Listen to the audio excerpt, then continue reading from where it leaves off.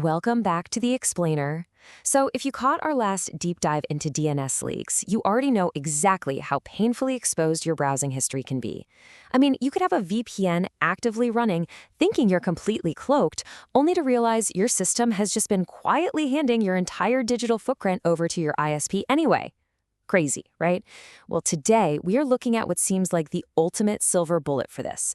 It's a digital padlock called DNS over HTTPS, or DoH for short. It's wildly popular, built right into modern web browsers, but as with anything in network security, the actual reality is way more complicated than just flipping a toggle switch in your settings menu. Which brings us to the real million-dollar question. Does DoH actually fix the DNS leak? Well, yes and no. Okay, mostly no. It absolutely encrypts the DNS query itself, wrapping it up nice and tight so passive observers sitting on your network can't read it.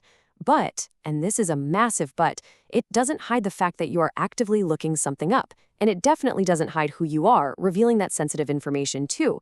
It's kind of like sending a letter inside a heavy steel envelope. Sure, nobody can read the letter while it's in transit, but the post office, they still know exactly who you are, who you're writing to, and when you sent it. Let's unpack exactly how this works under the hood.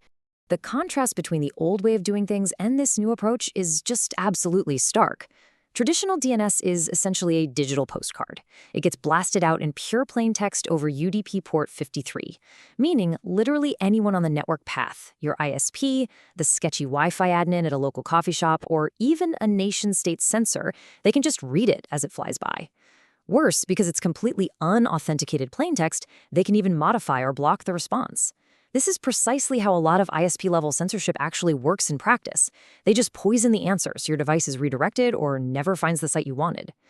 DoH completely flips the script here by wrapping your query inside a normal, strongly encrypted HTTPS request on port 443.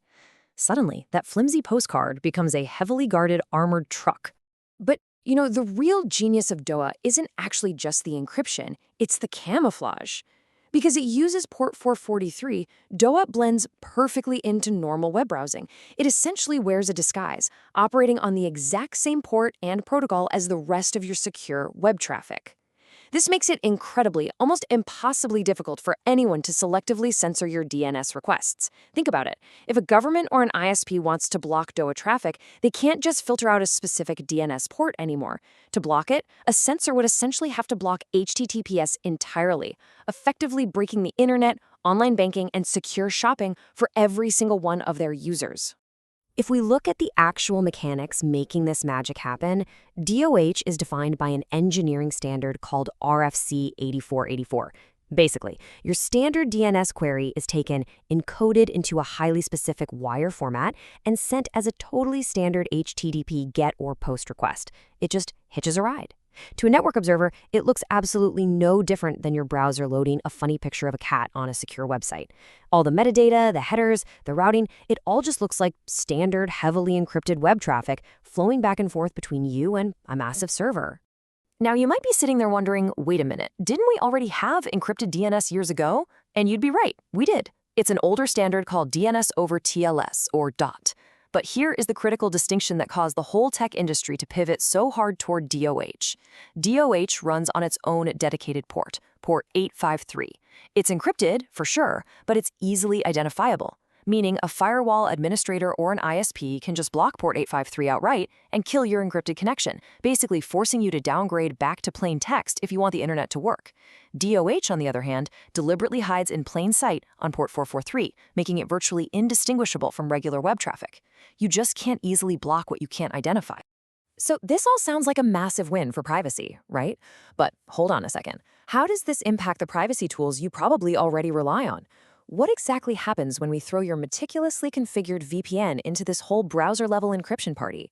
Yeah, this is exactly where the brilliant, clean theory of DoH crashes headfirst into the very messy reality of everyday networking. Let's take a look. Here is where things get really messy. We essentially end up with a turf war: the browser versus the VPN. Imagine your web browser has DoH enabled by default, and it is confidently pointing all your queries to Cloudflare's endpoint. Meanwhile, your VPN software is desperately trying to force all of your device's network and DNS traffic through its own secure encrypted tunnel to a remote server.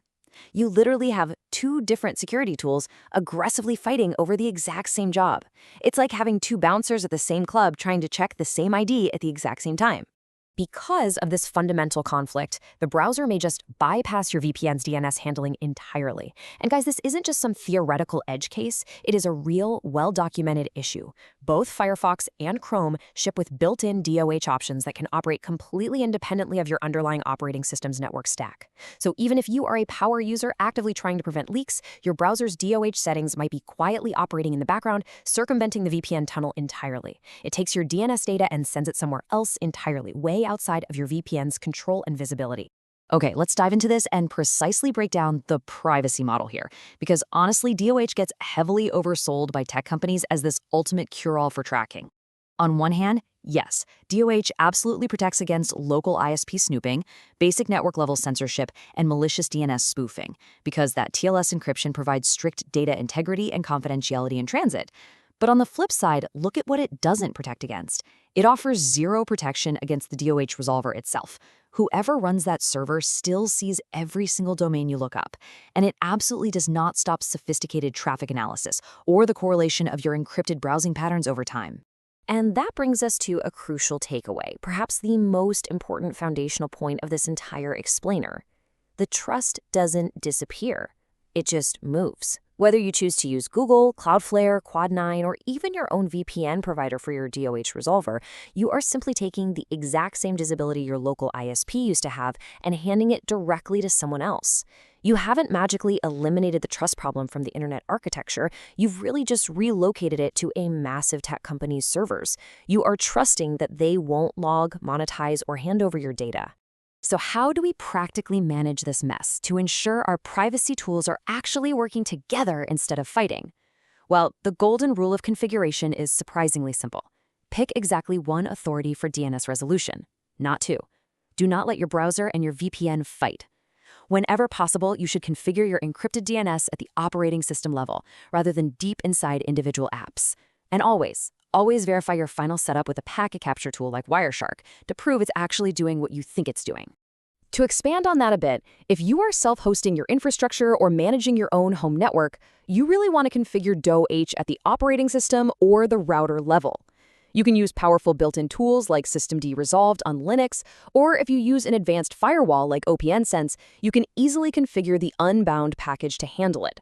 Setting it up this way ensures the encryption applies consistently to every single app, script, and background process on the device, rather than just the specific web browser you happen to have open at the time.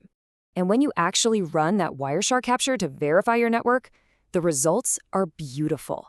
Instead of seeing completely exposed plaintext UDP queries flying across your screen for anyone to read, you'll just see your DoH queries blending perfectly into an endless sea of identical HTTPS traffic.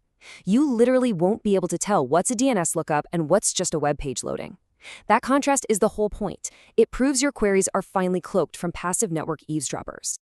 But before we pop the champagne and celebrate achieving total network privacy, I have to burst the bubble. Even with DoH perfectly configured at the OS level, flawlessly encrypted, and working exactly as designed, is there still one more plaintext leak lurking in the connection process? Unfortunately, yes. The very next microsecond of the connection ruins the privacy anyway. Enter SNI, or server name indication. This is a technical field inside the initial TLS handshake itself. And ironically, its entire job is to transmit your destination hostname in pure plaintext right before the encryption is fully established, so the destination server knows which virtual host to actually serve you. It's a completely necessary part of how modern servers host millions of websites on a single IP address. So right after your beautifully encrypted DoH query finishes in total secrecy, your computer instantly turns around and sends out a handshake that announces to the world in plain text, "Hey everyone, SNI-Reddit.com. Any on-path observer can still see exactly where you are going. Your DNS is secured, sure, but your actual destination is immediately compromised the second you try to load the page. It's like putting 3 deadbolts on your front door, but leaving a giant open window right next to it. It really begs a broader, almost philosophical question. is true privacy even possible on today's web? Thankfully, the Internet Engineering Task Force hasn't given up just yet, and there is a way to patch this specific leak called Encrypted Client Hello, or ECH. And that is exactly what we will unpack in our next explainer. See you then.